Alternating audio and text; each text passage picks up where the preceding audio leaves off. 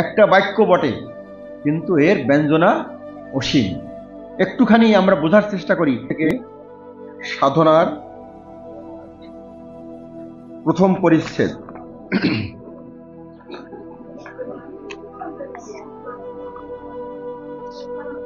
বিগত অধিবেশনে ঈশ্বরের স্বরূপ পাঠ করা হয়েছিল। সেখানে আমরা এই পর্যন্ত এসেছিলাম যে গুরুদেব হিমালয় পর্বতে দীর্ঘদিন ধ্যান নিমগ্ন ছিলেন, হিমালয় পর্বতের পাদদেশে। সেখানে বসে তিনি ঈশ্বরের স্বরূপ সম্পর্কে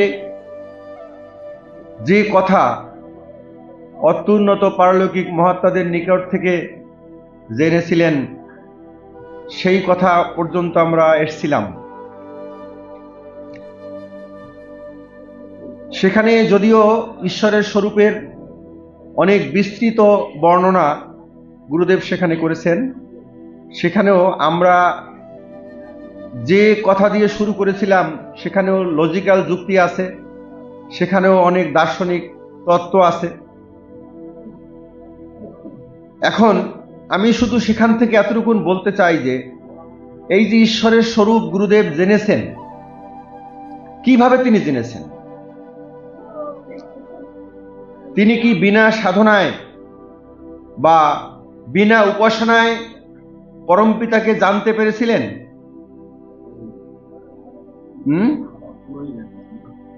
কখনই না।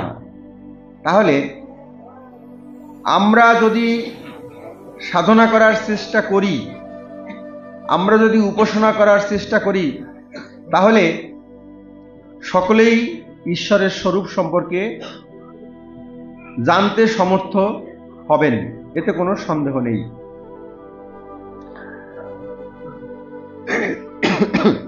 এখন আমরা কোনো কিছু জানতে চাই, কিন্তু জানতে হলে যা দরকার সেইটির আমাদের প্রচেষ্টার অভাব আছে। সেইটি হলো কি? সাধনা এবং উপাসনা। উপাসনা আমরা এতক্ষণ ধরে করলাম, গুণের কথা আমরা কীর্তন করলাম। পরমপিতা তিনি দীননাথ, তিনি দীনবন্ধু, তিনি করুণাময়, তিনি তারক, তিনি প্রেমময়, তিনি দয়াময়। এই গুণগুলোকে বাস্তব জীবনে অভ্যাস করার নাম সাধনা। এখন গুণের কীর্তন করলেও গুণ বৃদ্ধি হয়। নিজের অজান্তে অজ্ঞাতসারে দেখবেন এখানে 3 দিন উৎসবের পরে কোথা থেকে অনেক দোষ চলে গেছে, আপনি নিজেও হয়তো টের পাচ্ছেন না যে আমি এইভাবে এসেছিলাম, এখন আমার এই অবস্থা, নতুন করে একটা নতুন জীবন মনে হয় আমি এখানে লাভ করলাম। অনেক গুণ এখানে লাভ হয়ে যায়। দেখবেন যে ভক্তি, একাগ্রতা, এর কোনো সাধনা করতে হয় না। এই 3 দিনে কোনো সাধনা যে করতে হয় এরূপ মনে হয় না। 3 দিন পরে যাওয়ার সময় দেখবেন যে অন্ততপক্ষে সকলের প্রতি সকলের যে একটা ভালোবাসা তৈরি হয়, এতে তো কোনো সন্দেহ নাই। এটি তো প্রেম, না আসলে তো হতো না। তাহলে লাভ যে হয় না তা তো না, লাভ হয়। যাওয়ার সময় গুরুদেবের কথা মনে পড়ে, গুরুদেবকে প্রণাম করলে তখন ভক্তিভাব জাগ্রত হয়, তাহলে প্রেম পাওয়া গেল, ভক্তি পাওয়া গেল। মনটা শান্ত হয়, একাগ্র হয়। যে চঞ্চলতা থাকে সেই চঞ্চলতা যাওয়ার সময় থাকে না। তাহলে কি হয়? একাগ্রতা লাভ হয়। ঈশ্বরের প্রতি বিশ্বাস যতটুকু নিয়ে এখানে আসি আমরা, তার চেয়ে বিশ্বাস বৃদ্ধি পায়। গুরুর প্রতি বিশ্বাস, নির্ভরতা, এটি নিয়ে আমরা ঘরে যাই। তাহলে উপাসনার দ্বারা গুণের বৃদ্ধি হয়, গুরুদেবের পূজার দ্বারাও গুরুভক্তি লাভ করা যায়। সেই সঙ্গে যদি সাধনা করা যায়, চেষ্টা করা যায়, তাহলে বেশি লাভ হবে। কি কথাটা সত্য কিনা? যেখানে এমনি এমনি লাভ হচ্ছে, পরমেশ্বরের উপাসনার দ্বারা বা এইখানে আসার ফলে আমি বিনা সাধনায় শুধুমাত্র উপাসনার দ্বারা, তার গুণ কীর্তনের দ্বারা যে গুণ লাভ হচ্ছে, যদি এই গুণগুলোর চর্চা আমরা করি তাহলে এর চেয়ে বেশি গুণ লাভ করা সম্ভব। অথবা যে গুণগুলো আমি মনে করেছি যে আমার বৃদ্ধি পেয়েছে, আমার গুণগুলো হয়েছে, এখানে এসে জন্ম নিয়েছে গুণের, ওই গুণগুলো যদি আমি এর পর থেকে, এই মুহূর্ত থেকে যদি অভ্যাস করে যাই, যেমন ধরুন আপনি যাকে অবলম্বন করে আপনি প্রেম গুণের সাধনা করবেন, আপনি যদি মনে করেন যে তার সঙ্গে ওই প্রেম গুণের সাধনা আপনি চালিয়ে যাবেন, যাদের যাদের সঙ্গে আপনি সদ্ভাব রাখবেন তাদের সঙ্গে আপনি সদ্ভাবের অবস্থা আপনি বজায় রাখবেন। এই সদ্ভাব মানেও কিন্তু ভালোবাসা।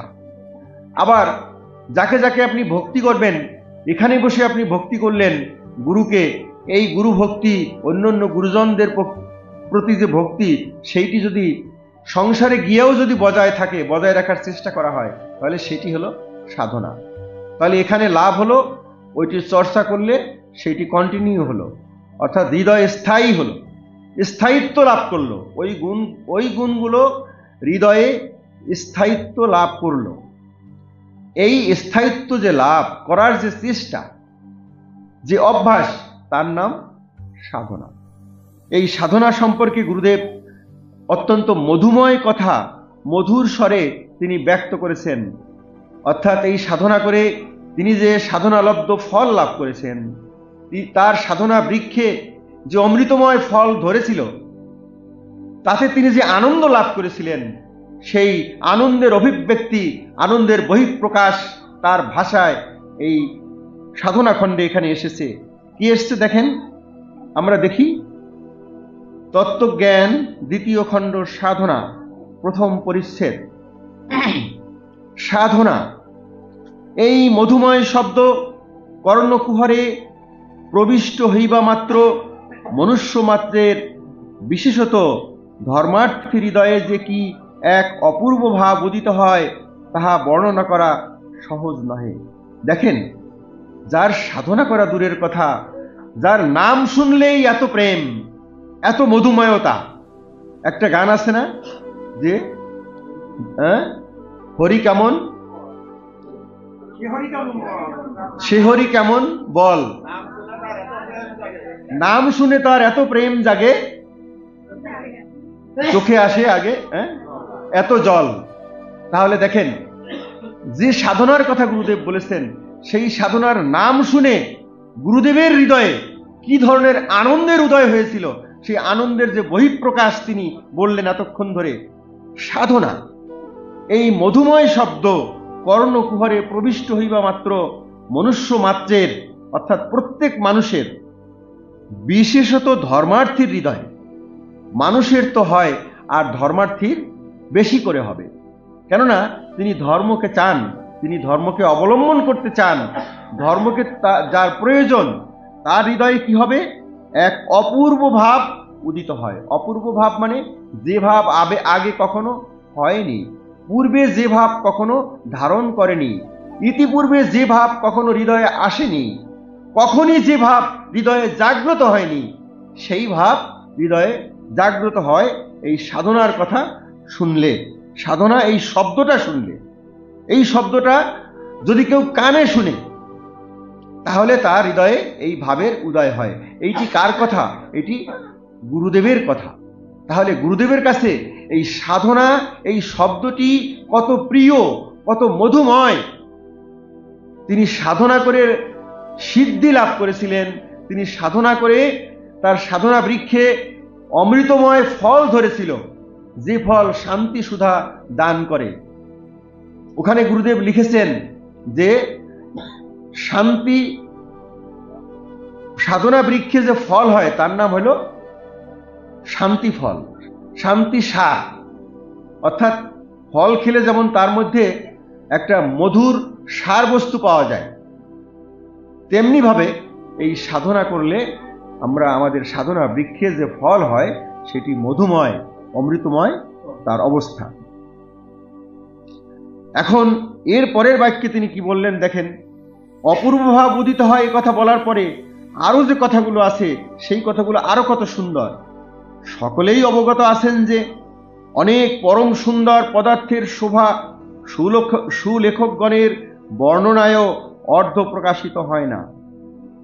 অনেক সুন্দর পদার্থ আমরা দেখি, অনেক সুন্দর দৃশ্য, অনেক সুন্দর কোনো একটা বিষয় আমরা দেখার পরে যদি সেইটি অনেক ভালো লেখক সেইটির বর্ণনা করেন, সেই বর্ণনায়ও সেটি অর্ধ প্রকাশিত হয় না, অর্ধেকও তিনি বলতে পারেন না ভালো একটা জিনিস।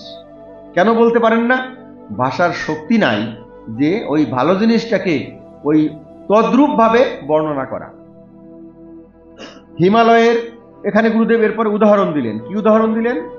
হিমালয়ের শুভ্র বর্ণ শৃঙ্গ সমূহে সূর্যকিরণ পতিত হইলে যে অনির্বচনীয় শোভা হয়, তাহা যতই উত্তম রূপে দর্শনপূর্বক বর্ণনা করা যাউক না কেন, কদাচ সম্পূর্ণরূপে প্রকাশিত হইতে পারে না। হিমালয় পর্বতে আপনারা গেছেন কিনা, হিমালয় পাহাড় আপনারা দেখেছেন কিনা? যারা দেখেছেন তারা বুঝতে পারবেন, হিমালয়ের যে চূড়াগুলো থাকে, শৃঙ্গ সমূহ অনেকগুলো চূড়া থাকে, একটা মাত্র শৃঙ্গ বা চূড়া নয় হিমালয় পর্বতে, অনেকগুলো। ওই শৃঙ্গ সমূহে যখন সূর্যের আলো পড়ে, সে আলো পতিত হওয়ার পরে তার যে অপূর্ব শোভা হয়, সেই শোভা এমন অনির্বচনীয় যে এটি কখনই উত্তম রূপে দেখার পরেও বর্ণনা করা সম্ভব হয় না। কেননা কাছের থেকে ওই দৃশ্য গুরুদেব দেখেছেন। তিনি হিমালয় পর্বতের পাদদেশে, অর্থাৎ হিমালয় পর্বতের যে সন্নিকটে নিম্ন দেশে বসে তিনি দীর্ঘকাল ধরে উপাসনা করেছেন, ধ্যান করেছেন। সেই সুযোগে ওই হিমালয় পর্বতের চূড়ার উপরে সূর্যের কিরণ পতিত হলে, পড়লে যে শোভা, যে অপূর্ব শোভা হয়, যে অপূর্ব দৃশ্য হয়, সেইটি তিনি অবলোকন করেছেন। যে কারণে তিনি এই কথাটি এখানে নিজের দৃঢ়তার সঙ্গে বলতে পারলেন। কি বলতে পারলেন? যে তা যতই বর্ণনা করা যাক না কেন, সম্পূর্ণরূপে প্রকাশিত হইতে পারে না। যখন দৃশ্যমান পদার্থের বিষয়েই মানবাত্মা এতদূর শক্তিশূন্য, তখন যাহার কোনো কোনো অংশ ইন্দ্রিয়গ্রাহ্য নহে এবং যাহা স্বয়ং কোনো জড়বস্তু নহে, এতাদৃশী মহতি সাধনার বর্ণনায় প্রবৃত্ত মানবগণ, বিশেষত মাদৃশ ক্ষুদ্র মনুষ্যগণ যে পূর্ণ মনোরথ হইতে পারে, এরূপ সম্ভাবনা নাই। যখন একটা জড় পদার্থের বিষয় সুন্দরের বর্ণনা দিতে গিয়ে সম্পূর্ণরূপে হতে পারে না, তদ্রূপ যা নিজে কোনো জড়বস্তু নয়, সেই সাধনার বিষয় কখনই বর্ণনা করতে গেলে কখনই পূর্ণ মনোরথ হওয়া যায় না।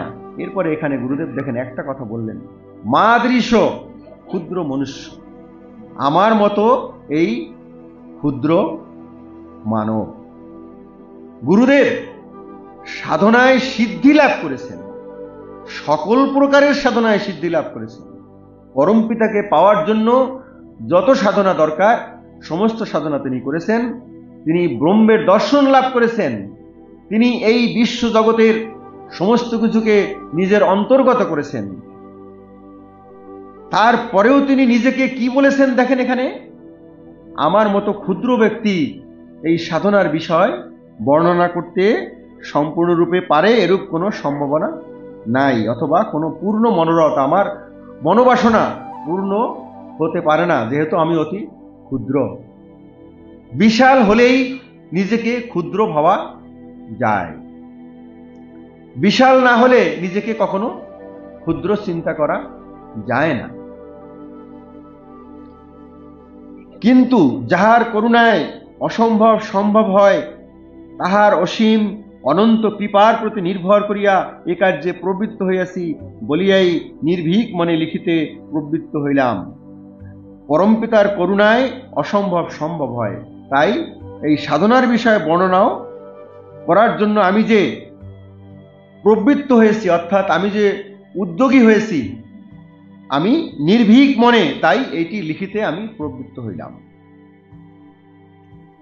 এবার সাধনার বিষয়ে আরো যে কথাগুলো দেখেন, সাধনার মহিমা ভাষার অতীত। সাধনার মহিমা, মহিমা মানে মহিমা শব্দের অর্থ কি? গৌরব। আর কি হয়? সাধনার গুণ, সাধনার গুণাবলী, এটি ভাষার অতীত, ভাষা দিয়ে তার বর্ণনা করা যায় না। বাক্যের অতীত, চিন্তার অতীত।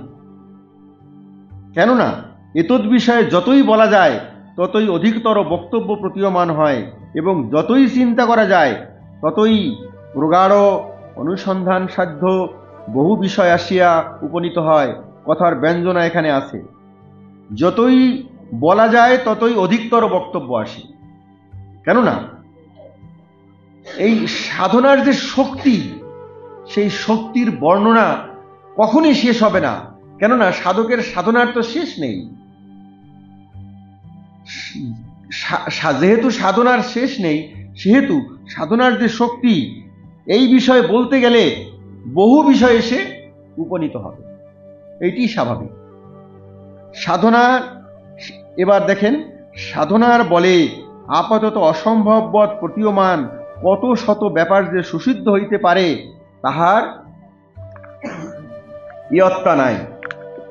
সাধনার দ্বারা কি না হতে পারে? জগতে আজ যে অত্যদ্ভুত ব্যাপার নিশ্চয় অবলোকিত হইতেছে।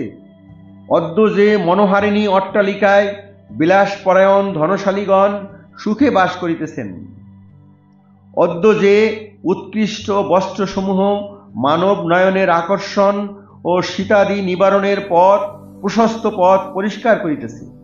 দেখেন, এই দুটো, আমরা দুটো বিষয়টা একটু দেখি। একটা হলো যে এই যে আজকাল যে মানুষ অট্টালিকা মানে কি বিল্ডিং তৈরি করে, শুধু বিল্ডিং বাস করার জন্য না, দেখার জন্য।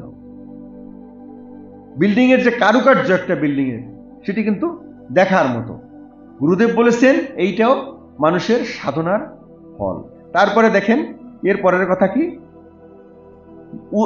অদ্য যে উৎকৃষ্ট বস্ত্রসমূহ, উন্নত মানের যে কাপড়, যে পোশাক, মানব নয়নের আকর্ষণ ও শীতাদি নিবারণ। আমরা শুধু শীত নিবারণের জন্যই কিন্তু পোশাক পরি না। দেখেন, যাতে মানুষের মন আকৃষ্ট হয়। প্রথমে আমার মন, তারপরে মানুষের মন। দেখেন, সবার গায়ে কিন্তু একটা করে বিচিত্র পোশাক, কারো পোশাকের সঙ্গে কিন্তু খুব একটা মিল নাই, আছে? যেদিকে তাকাই দেখেন সবাই কিন্তু নতুন নতুন পোশাক পরেছে। মানে কি, সকলের রুচিবোধ কিন্তু সম্পূর্ণ আলাদা। ওই রং সে ভালোবাসে, ওই ধরনের পোশাক সে ভালোবাসে। শীতের বস্ত্র সবাই গায়ে চাদর, কিন্তু ওই চাদরের রং আবার আলাদা আলাদা। তাহলে গুরুদেবের বর্ণনার সঙ্গে কি মিল আছে দেখেন। অদ্য যে উৎকৃষ্ট বস্ত্রসমূহ মানব নয়নের আকর্ষণ ও শীতাদি নিবারণের প্রশস্ত পথ পরিষ্কার করিতেছে। অদ্য যে দুর্গম বরফময় প্রদেশে গমনাগমনের জন্য এক চক্র শকট চালিত হইতেছে। অর্থাৎ এক চাকার যে যান, যা দিয়ে বরফের উপর দিয়ে যাতায়াত করা যায়। অদ্য যে মাসগম্য স্থানসমূহ দিবসগম্য হইয়া উঠিয়াছে। আগে যেখানে যেতে 1 মাস লাগতো, সেখানে 1 দিনের মধ্যে যাওয়া সম্ভব। আগে যেতে হতো কিসে? স্টিমারে।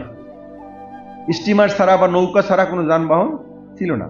সেইখানে এখন মানুষ উড়োজাহাজে যেতে পারে, অথবা কোনো গাড়িতে যেতে পারে।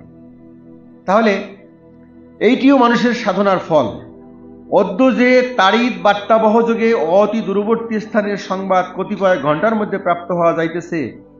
আগে কিন্তু ছিল, ওই টেলিগ্রাম ছিল, কয়েক ঘন্টা লাগতো এক জায়গা থেকে আরেক জায়গায় শব্দ যেতে। এখন কিন্তু তার চেয়েও অতি দ্রুত সংবাদ আমরা কিসের মধ্যে পাচ্ছি? কিসের মাধ্যমে? মোবাইল ফোনের মাধ্যমে। তাহলে তার চেয়েও এই যোগাযোগ ব্যবস্থার উন্নয়ন ঘটেছে। এইটিও কিন্তু সাধনার ফল। অদ্য যে বহু শত যোজন দূরবর্তী প্রদেশীয় বান্ধবের বাক্য যন্ত্র বিশেষ যোগে, এই কথা বলা আছে এখানে, আকর্ণিত হইয়া বিচ্ছেদ ব্যথা নিবারণ করিতেছে। কেমন আছে আমার প্রিয়জন?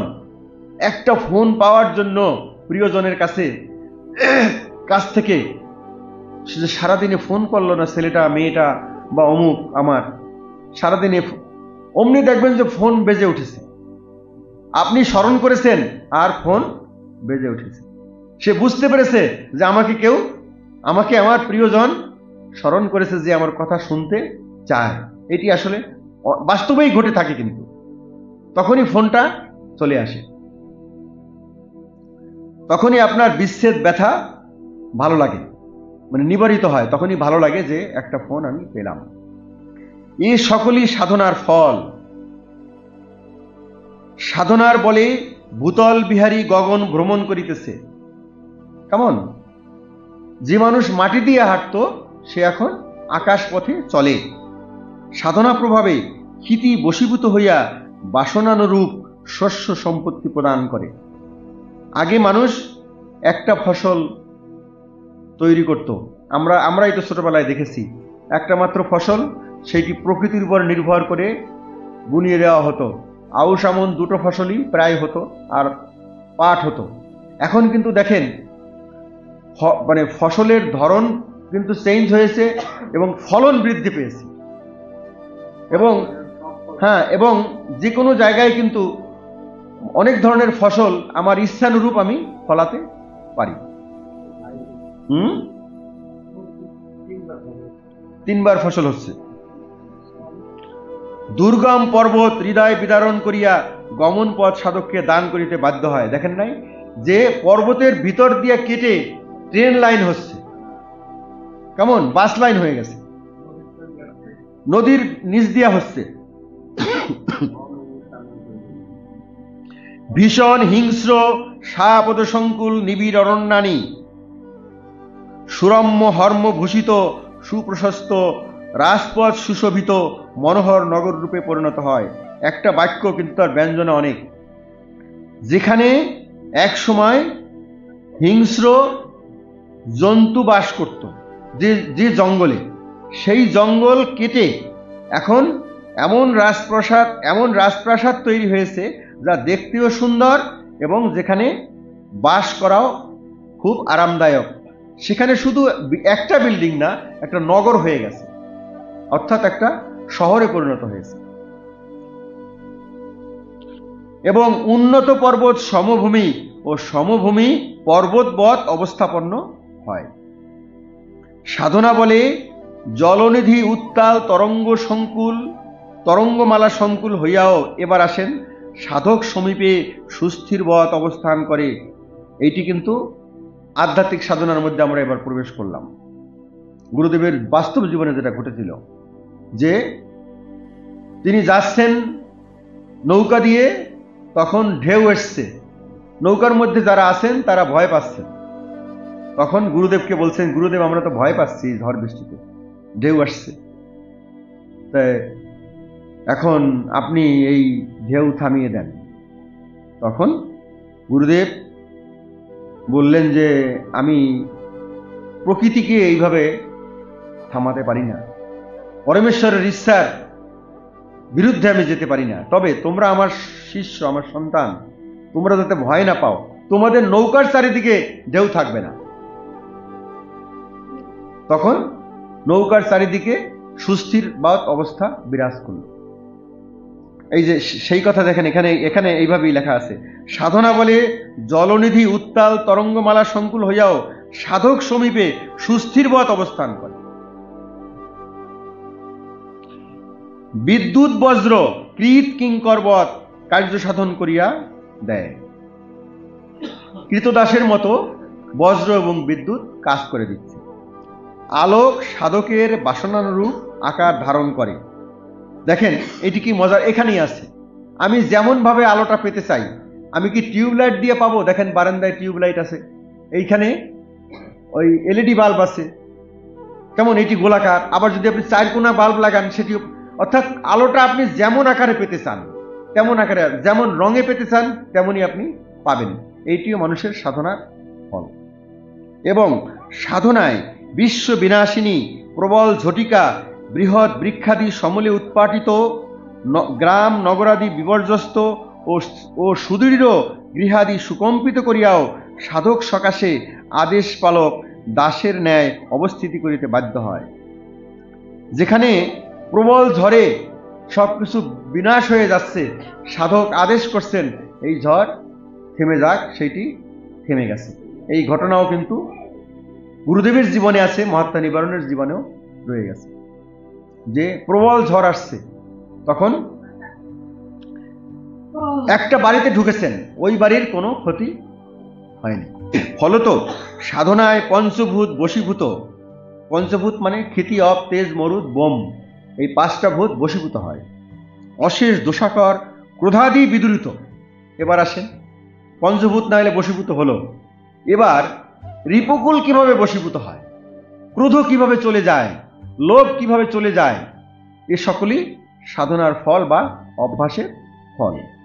বিমল আনন্দদায়ক গুণনিচয় লব্ধ হয়, কাম ক্রোধ চলে যায়, আর আনন্দদায়ক যে গুণ, প্রেম, একাগ্রতা, সরলতা, বিশ্বাস, পবিত্রতা, ন্যায়পরতা, এইসব গুণের জন্ম হয় সাধনার দ্বারা। এর হৃদয় প্রশান্তভাবে অবস্থিতি, আমি যে কথা আগে বলেছিলাম যে 3 দিন এখানে উপাসনা সাধনা করার পরে আসলে আসলে হৃদয় প্রশান্ত হয়ে যায়, একেবারে শান্ত। যে অস্থিরতা থাকে, যে অস্থিরতা নিয়ে আমরা এখানে আসি, সত্যি সত্যি একেবারে একটা প্রশান্ত ভাব ধারণ করে, এবং আত্মা আনন্দ নিরধিনীরে নিমগ্ন হয়। সাধনার প্রভাব অধিক কি বলিব, দেখো এই লোক ও পরলোকের মধ্যে যে অভেদ্যবৎ, অনুত্যাজ্যবৎ, অনতিক্রমবৎ, গমন পরিপন্থী ভীষণ বিঘ্নময় প্রাচীর বিদ্যমান আছে, যাহা অতিক্রম করা দূরে থাকুক, যাহার পরপারের অস্তিত্ব বিষয় কত শত লোক সন্দিহান হইয়া রহিয়াছে, যাহা ভেদ করা দূরে থাকুক, সাধারণের পক্ষে তাহার অপর পাশের অস্তিত্ব কেবল অনুমিতি সাধ্য, এবং যাহার ওই পার্শ্ব এত বিস্তীর্ণ যে তাহার সহিত তুলনা করিলে এই ক্ষুদ্রতম ভূলোক পরমাণুবৎ প্রতীয়মান হয়। সাধনা বলে তাহার যাবতীয় বৃত্তান্ত সূক্ষ্মানুসূক্ষ্মরূপে পরিজ্ঞাত হওয়া যায়, এবং ওই দুর্ভেদ্য, দুস্তর ও দুরতিক্রম প্রাচীর আপনা হইতেই সমভূমিবৎ হইয়া যাওয়াতে সমুদয় প্রদেশ সাধকের বিশুদ্ধ সূক্ষ্ম দর্শনক্ষম ও সর্ববিঘ্নাতিক্রমে সমর্থ নয়নের বিষয়ীভূত হয়। একটা বাক্য বটে, কিন্তু এর ব্যঞ্জনা অসীম। একটুখানি আমরা বোঝার চেষ্টা করি, একটা বাক্য বুঝলে আমাদের অনেক আনন্দ হবে। অনেক তথ্য এর মধ্যে আছে, তথ্য আছে, আনন্দ আছে, এবং এর মধ্যে দেখবেন অনেক জ্ঞান লাভ আছে, জ্ঞানের কথা আছে। কি আছে দেখেন, এই লোক মানে এই পৃথিবী, ইহলোক ও পরলোক, এর মাঝে কি আছে, একটা প্রাচীর আছে, দেওয়াল আছে। আসলে কি দেওয়াল আছে? সেই দেওয়ালটা কি? থাকলে সেই দেওয়ালটা কি? সেই দেওয়ালটা কেমন? আমার গুণহীনতার দেওয়াল, আমার দেখার ক্ষমতা নাই। দেখেন কি সেইটি কেমন? অভেদ্যবৎ, ভেদ করা যায় না। ওই দেওয়াল সহজে ভেদ করে ওই দিকে দেখা যায় না, ওখানে যাওয়া সম্ভব হয় না। অনুত্যাজ্য, উত্তীর্ণ হওয়া যায় না, ওইটি ডিঙ্গিয়ে যাওয়া যায় না।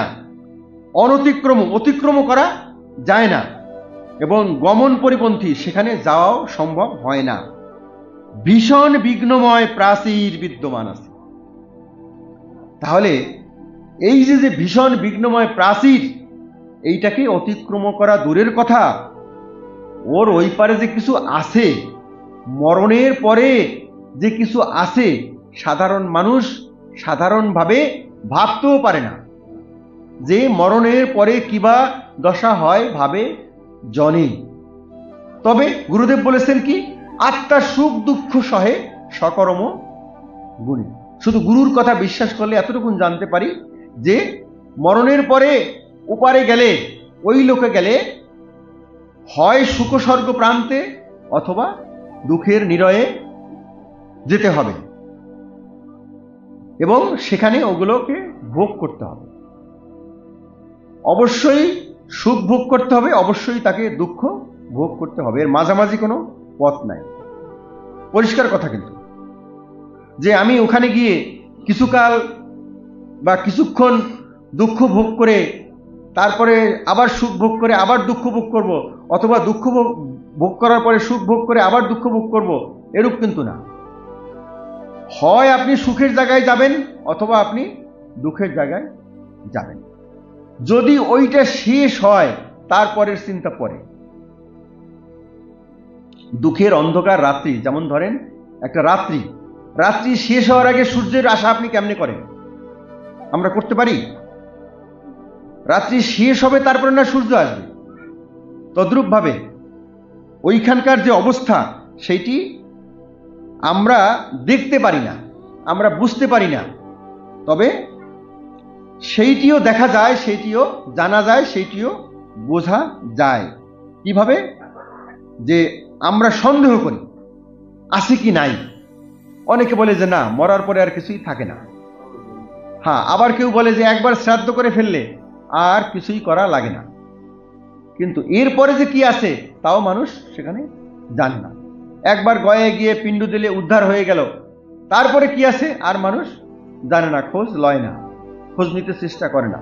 কিন্তু এখানে কি বলা হলো যে হ্যাঁ, সাধারণের পক্ষে ওই পাশের অস্তিত্ব কেবল অনুমিতি সাপেক্ষ, অনুমান করতে পারে তারা, এবং ওই পাশ এত বিস্তীর্ণ যে তার সঙ্গে তুলনা করলে এই ক্ষুদ্রতম ভূলোক কি পরমাণুবৎ প্রতীয়মান হয়।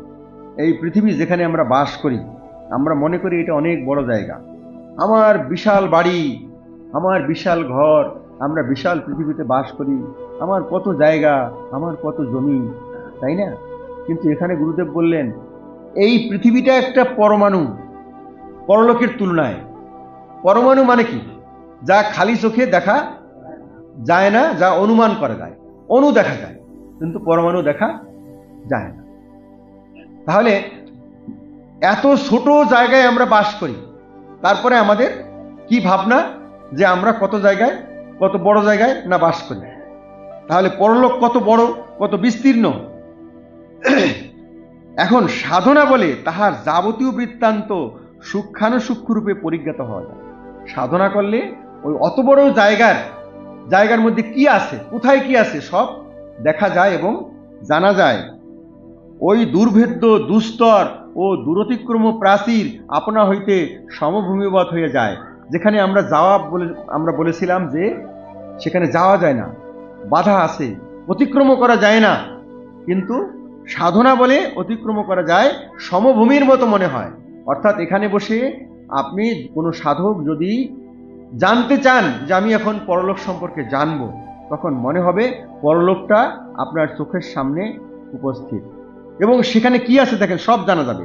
সমভূমিবৎ হয়ে যাওয়াতে সমুদয় প্রদেশ সাধকের বিশুদ্ধ সূক্ষ্ম দর্শন ক্ষম, অর্থাৎ সূক্ষ্ম দর্শনের ক্ষমতার মধ্যে তার চলে আসে।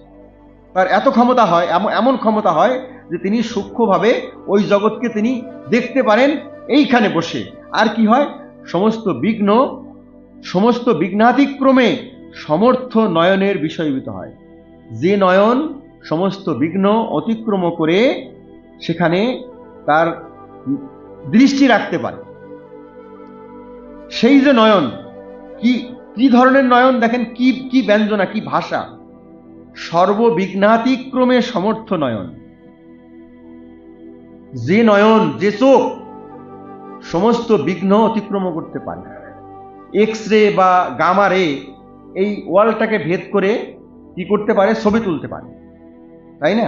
কিন্তু আপনার চোখ তো পারে না, আমাদের চোখ তো পারে না। পারে না, কিন্তু সাধকের চোখ পারে। কি পারে? যত বিঘ্ন আছে, যত প্রাচীর আছে, সে সেটাকে ভেদ করে ওই পাশে যা কিছু আছে সে সবকিছু দেখতে পারে। সাধনা প্রভাবে সৃষ্টিকর্তার একমাত্র দৃষ্ট, সৃষ্ট জীবের একান্ত দুর্বোধ ও অনুমতির অতীত সৃষ্টি বৃত্তান্ত সাধকের হৃদয় লক্ষ্যে চিত্রিত হয়। আর একটা বিশাল কথা, সৃষ্টি বৃত্তান্ত, কবে সৃষ্টি হয়েছিল, কোন কালে সৃষ্টি শুরু হয়েছিল, এবং প্রথমে কি সৃষ্টি হলো, তারপরে কি সৃষ্টি হলো, তারপরে আমরা কখন এই বিশ্বজগতে সৃষ্টি হলাম, আমরা কখন এলাম, কতদিন ধরে আমাদের সৃষ্টি হয়েছে, কতদিন ধরে আমরা এই দেহ লাভ করেছি, অর্থাৎ এই দেহ বলতে দেহ লাভ করেছি। দেহ লাভ সৃষ্টির প্রাককালেই আমরা যে দেহ লাভ করেছি সেটি কত কাল আগে, কত যুগ আগে, কত সময় আগে আমরা কি জানি, আমরা কি বলতে পারি? এবং আমাদের এই জীব সৃষ্টির আগে কতকাল আগে মণ্ডল সৃষ্টি হয়েছে এবং মণ্ডলগুলো জীবের বসবাসের উপযোগী হয়েছে কত কোটি কোটি বছর আগে, কত কোটি কোটি বছর লেগেছে এই আমরা যে পৃথিবীতে আছি এই পৃথিবী শীতল হতো। এই পৃথিবী ছিল প্রথমে একটা অগ্নিপিণ্ডবৎ। যখন সূর্য থেকে সে বিক্ষিপ্ত হয়ে আসে, বিচ্ছিন্ন হয়ে আসে, সে তখন কি ছিল? একটা জড়পিণ্ডবৎ আগুনের পিণ্ড। তার প্রমাণ হলো এখনো পৃথিবীর ভিতরটা কিন্তু একদম উত্তপ্ত। লাভা বের হলে যখন আগ্নেয়গিরির লাভা একদম আগুনের মতো, আপনারা দেখেছেন কিনা অনেকে, আমি খুব কাছে থেকে লাভা দেখেছি, আগ্নেয়গিরি দেখেছি, এবং আগুনের যে সেই লেলিহান শিখা, সত্যি সত্যি ভয় লাগে দেখলে। দগদগে আগুন, মানে তরল আগুন মনে হয়। হ্যাঁ, আগুনের দলা বের হচ্ছে মাটি ভেদ করে। তাহলে এই পৃথিবী শীতল হতে কত বছর লেগেছে, তারপরে আস্তে আস্তে জীবগণের বসতি হয়েছে। প্রথমে এক ধরনের জীবের বসতি হয়েছে, তারপরে আর এক ধরনের, সর্বশেষে মানব জাতির সৃষ্টি হয়েছে, এসেছে এই পৃথিবীতে। তাহলে আমরা এইটি অনুমান দ্বারা, বিজ্ঞানীরা যত অনুমান করুক, যত গবেষণা করুক, তারা চেষ্টা করে যাচ্ছে, কিন্তু সাধক সেটি জানতে পারে যে কিভাবে, কখন এই সৃষ্টি শুরু হয়েছিল এবং প্রথমে সৃষ্টির অবস্থা কেমন ছিল, এরপরে ক্রমান্বয়ে কি অবস্থায়, কতকাল পরে এই সৃষ্টি এরূপ অবস্থায় এসছে। দেখেন, সাধনা প্রভাবে সৃষ্টিকর্তার একমাত্র দৃষ্ট। সৃষ্টিকর্তাই জানেন যে তিনি কখন সৃষ্টি করেছেন, কিভাবে সৃষ্টি করেছেন, কিভাবে সৃষ্টি হয়েছে, কত সময় লেগেছে, কত কাল লেগেছে। এবং সৃষ্ট জীবের একান্ত দুর্বোধ, সৃষ্ট জীব সেটা জানে না, তার বোধের বাইরে, তার জ্ঞানের বাইরে, এবং অনুমিতির অতীত, সে অনুমানও সে করতে পারে না। মানুষ অনুমানও করতে পারে না যে সৃষ্টি কিভাবে হয়েছে, কখন হয়েছে।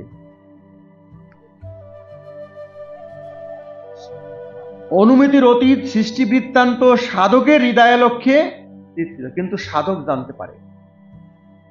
তাহলে আমরা কিসের সন্ধান পেয়েছি, কি সাধনার সন্ধান আমরা লাভ করেছি, যে আমরা জানতে পারবো সাধনা করলে যে কিভাবে কখন এই সৃষ্টি হয়েছিল, যেটি একমাত্র জানেন পরম পিতা। আর সাধারণ মানুষ সেটি জানতে পারে না। আর কি জানতে পারে? সাধক জানতে পারে। সেই সাধনা আবিষ্কৃত হয়েছে। সেই সাধনার কথা বর্ণনা করতে গিয়ে গুরুদেব তো প্রথমে আনন্দোচ্ছ্বাস প্রকাশ করবেনই। অতি আনন্দ ভরে তিনি লিখেছেন, সাধনা এই মধুময় শব্দ কর্ণকুহরে প্রবিষ্ট হইবা মাত্রই মনুষ্য মাত্রের, বিশেষত সাধকের হৃদয়ে যে কি অপূর্ব ভাব উদিত হয়, তাহা বর্ণনা করা সহজসাধ্য নয়। তাহলে যে সাধনার দ্বারা আপনি এখানে বসে বুঝতে পারবেন পরলোকে কি আছে, পরলোক বলতে সমস্ত সৃষ্টির বিভিন্ন জায়গায় কি আছে। গুরুদেব একদিন বলছেন যে আমার কাছে আমার অনন্তপ্রায় সন্তানেরা সমস্ত সৃষ্ট মণ্ডল থেকে আসতে চায়, কিন্তু তারা পারে না, যে কারণে আমি এমন সাধনা করেছি যে আমি সকলের কাছে যেতে পারি, আমি সকলের কাছে থাকতে পারি। তাহলে সাধনা প্রভাব কি না হয়, আমার গুরুর যদি হয়, তাহলে আপনারা তার সন্তান, আপনার যদি হয় তাহলে কার বেশি আনন্দ হবে? গুরুর আনন্দ হবে যে আমার সন্তান উন্নতি লাভ করেছে, সে এই আনন্দ দেওয়ার জন্য তিনি এসছেন, এই আনন্দ প্রদানের জন্যই এবারকার তিনি এসছেন। তিনি এসে সেই সাধনার পথ তিনি প্রদান করেছেন। সাধনা প্রভাবে সৃষ্টিকাণ্ডের বর্ণনা অনুমান জন্য শত শত প্রকার বহুতর দেশে যে বর্ণিত হইয়াছে, তাহার একই ভাব সুসম্পন্ন হয়। সাধনার মহীয়সী শক্তি হেতু জীবাত্মার পুনরাবৃত্তি ও একমাত্র গতি অর্থাৎ একাধিক জন্ম বা একমাত্র জন্ম ইত্যাদি পরস্পর বিরুদ্ধবৎ মত সকল মীমাংসিত হয়। এত সহজ নয় যে আমরা বলে ফেললাম যে মানুষ বারবার জন্মগ্রহণ করে। আমরা তো মুখস্থ কথা বলি। কোত্থেকে মুখস্থ করেছি? গুরুদেবের লেখা থেকে মুখস্থ করেছি। কিন্তু সাধক সাধনা করে জেনেছেন তিনি আগের জন্মে কোথায় জন্ম নিয়েছিলেন, তিনি কি ছিলেন, কার ঘরে তিনি এসেছিলেন, তার আগের জন্মে তিনি কোথায় ছিলেন, পূর্ব জন্মে কে কোথায় ছিল, তাও সাধক বুঝতে পারেন, জানতে পারেন। অথবা সাধনা প্রভাবে অজাতশত্রু হইয়া জগৎবাসীর প্রত্যেককে সানন্দে ও প্রেমবন্ধে গ্রহণ করা যায়। সাধনা ছাড়া আপনি অজাতশত্রু কেমনে হবেন? সাধনা ছাড়া অন্যকে আপনি কেমনে ভালোবাসবেন? বিনা সাধনায় তো কাউকে ভালোবাসা যায় না। ভালোবাসার অভ্যাস করতে হয়। আপনি যদি সবসময় অন্যকে বিরূপ ভাবেন, শত্রু ভাবেন, তাহলে তো আপনি তো কখনই আপনার প্রেম সাধনা হবে না। একবার যদি প্রেমের ভঙ্গ হয়, হৃদয় তো একটা, যে হৃদয় দিয়ে একজনকে ভালোবাসা যায় সেই হৃদয় দিয়ে কিন্তু 5 জনকে ভালোবাসা যায়। এখন আপনি মনে করেন যে আমি একজনকেই ভালোবাসি, আর একজনকে আমি ভালোবাসি না, তাহলে আপনার ওই ভালোবাসা মিছে, আপনার ওই ভালোবাসা কোনো ভালোবাসা না। কেননা হৃদয় তো একটা, হৃদয় তো একটা। যে হৃদয়ে ভালোবাসা আছে সেইটি তো সকলের দিকে প্রভাবিত হবে, সেই হৃদয় সকলকে ভালোবাসবে। তাহলে যে হৃদয় সকলকে সমানভাবে ভালোবাসতে না পারে ওই ভালোবাসা তো ভালোবাসা না, ওই ভালোবাসার মধ্যে খাদ আছে।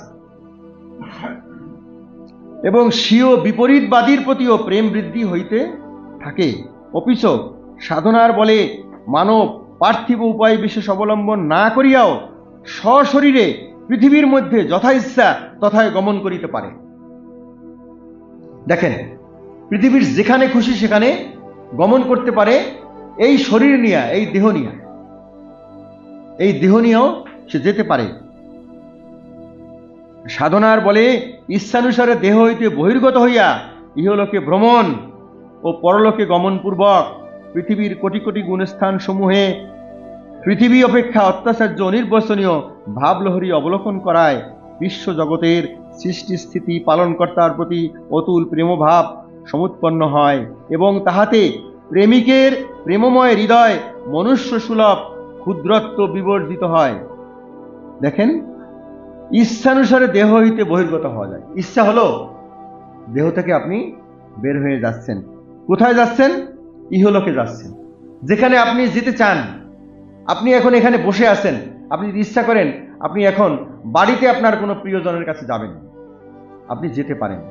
সেই কথাই এখানে বলা আছে। এবং শুধু ইহলোকে না, পরলোকেও কোথায় আমার পূর্বপুরুষরা আছে, কোথায় আমার মা আছে, কোথায় আমার বাবা আছে, এখান থেকে বের হয়ে আমি দেখে আসলাম। আর আগে বলা হয়েছিল যে আমি এখানে বসে দেখতে পারি, আর এখন বলা হলো আমি যেতে পারি। তাহলে কোনটা অধিকতর? যাওয়াটা। এখানে বসে দেখা আর সেখানে যাওয়া, সেখানে গিয়ে দেখে আমি আবার চলে আসলাম যে তারা কোথায় আছেন, কিভাবে আছেন। এরপরে দেখেন আর কি বলা আছে, পরলোকে গমনপূর্বক পৃথিবীর কোটি কোটি গুণ স্থান সমূহে পৃথিবী অপেক্ষা অত্যাচার্য অনির্বচনীয় ভাবলহরী অবলোকন করা যায়। সেখানে কি ভাব আছে, সাধকরা কি ভাবে সেখানে আছে। সেখানে সাধকদের যে ভাব আমাদের ভাবের সঙ্গে এক না, আমাদের ভাবের মধ্যে মিশ্রণ আছে। আমরা পৃথিবীতে বাস করি, সত্যগুণ আছে, রজগুণ আছে, তমগুণ আছে। আর পরলোকে এক একটা মণ্ডল এক এক ভাবের, যেখানে আত্মারা, সেখানে আত্মারা এক এক শ্রেণীর আত্মারা এক এক জায়গায় থাকেন। ধরেন যেখানে একদল প্রেমিক আত্মা একটা মণ্ডলে থাকেন, সবসময় তারা প্রেমভাবে বিগলিত, তাদের যে ভাব, আপনি সেখানে গেলে কিয়ৎকালের জন্য সেই ভাবের সঙ্গে আপনি একাত্ম হতে পারবেন, আনন্দ লাভ করে আসতে পারবেন। তখন কি হবে? আপনার বিশ্ব জগতের সৃষ্টি স্থিতি পালনকর্তার প্রতি অতুল প্রেমভাব সমুৎপন্ন হয়।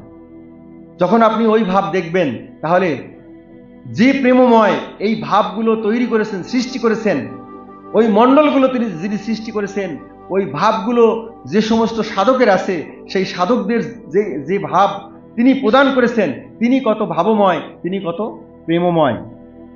তাহাতে প্রেমিকের প্রেমময় হৃদয় মনুষ্য সুলভ ক্ষুদ্রত্ব বিবর্জিত হয়। এবার দেখেন, তখন আর সে এই আমাদের মতো সাধারণ মানুষ থাকেন না।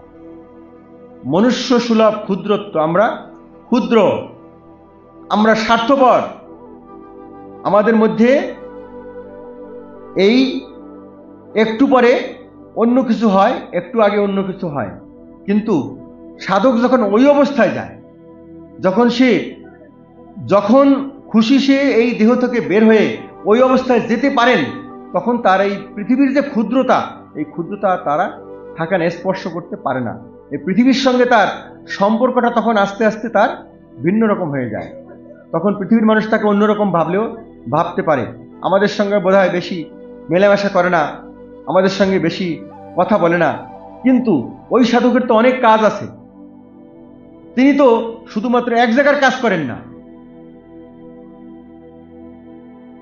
সাধারণ লোকে ব্রাহ্মণ, ক্ষত্রিয়, বৈশ্য বা হিন্দু, মুসলমান, খ্রিস্টিয়ান প্রভৃতি জাতিভেদ লইয়েই অস্থির হইয়া পড়ে। কিন্তু মহাত্মা সাধকগণ স্বকীয় মহিষী সাধনায় মানব জাতির প্রতি ভেদজ্ঞানের কথা দূরে যাও, পশুত্ব পক্ষিত্যাদি জাতিভেদ পর্যন্ত আপনার বিশাল হৃদয় হইতে বিদরিত করিয়া দেন এবং অনন্ত ব্রহ্মাণ্ডে একটি অনন্ত চৈতন্যান্দের স্রোত প্রবাহিত দেখিয়া অনন্ত আনন্দে নিমগ্ন হন। চৈতন্য আনন্দ, চৈতন্যানন্দ অর্থাৎ চেতনা, অর্থাৎ জ্ঞানের যে আনন্দ, সেই আনন্দ তিনি লাভ করেন, সেই স্রোত তিনি প্রবাহিত দেখেন সমস্ত ব্রহ্মাণ্ডে। তাহারা যদিও ইহা পরিজ্ঞাত আছেন যে বীজের যেরূপ উৎপাদক বৃক্ষাকারে পরিণতি সম্ভবপর, জীবের তদ্রূপ বিশ্ব ব্রহ্মাণ্ডের মূল কারণে লীনতা সসাধ্য নহে, তথাপি একমেব অদ্বিতীয়ম অর্থাৎ এক ভিন্ন দ্বিতীয় নাই, এই মহৎ জ্ঞানের উন্নত পরিণতি প্রযুক্ত সর্বত্র ব্রহ্মাণ্ডেশ্বরের। আর 3টা লাইন পড়ব, দেখেন এইখানে মানে পরম কথাগুলো, চরম কথাগুলো বলা হয়ে যাবে, সাধনার যে চরম ফল সেটি বলা হয়ে যাবে। সর্বত্র ব্রহ্মাণ্ডেশ্বরের পরম সত্তা অনুভব করিয়া সতত তাহার প্রেম অঙ্কে উঠিয়া প্রেমানন্দে প্রেম মুখ নিশ্চিত তদীয় প্রেম সুধা পান করিতে থাকেন। যে কথা এই উপাসনা খণ্ডের শেষের দিকে আছে, যে উপাসনার সর্বোচ্চ অবস্থা পরম প্রেমময়ের প্রেমঙ্কে আরোহণ, সেই অবস্থা লাভ করা যায় এই সাধনা দ্বারা। অহো, এইরূপ অবস্থা লাভ করার তো কথাই নাই, ইহার স্মরণই বা কি অতুল আনন্দদায়ক, অবিনাশ্য আশার সঞ্চারক ও অনুপম নির্ভরতা সম্পাদক। গুরুদেব যে বাক্য দিয়ে শুরু করেছিলেন সাধনার বিষয়ে, সেই ধরনের একটা বাক্য দিয়ে শেষ করলেন, যে এই যে সাধনার বলে যে লাভ হয়, সাধনা বৃক্ষের যে অত্যুচ্চ ফল, সর্বোচ্চ ফল, সেই ফল কি মধুময়, কি অমৃতময়, কি অতুল আনন্দদায়ক এবং অবিনাশ্য আশার সঞ্চারক। অবিনাশ্য আশা মানে যে আশার কখনো বিনাশ হয় না, যে আশা জাগ্রত হলে আর তার কখনো নাশ নাই, সর্বদাই সে আমাদেরকে ওই দিকে নিয়ে যায়।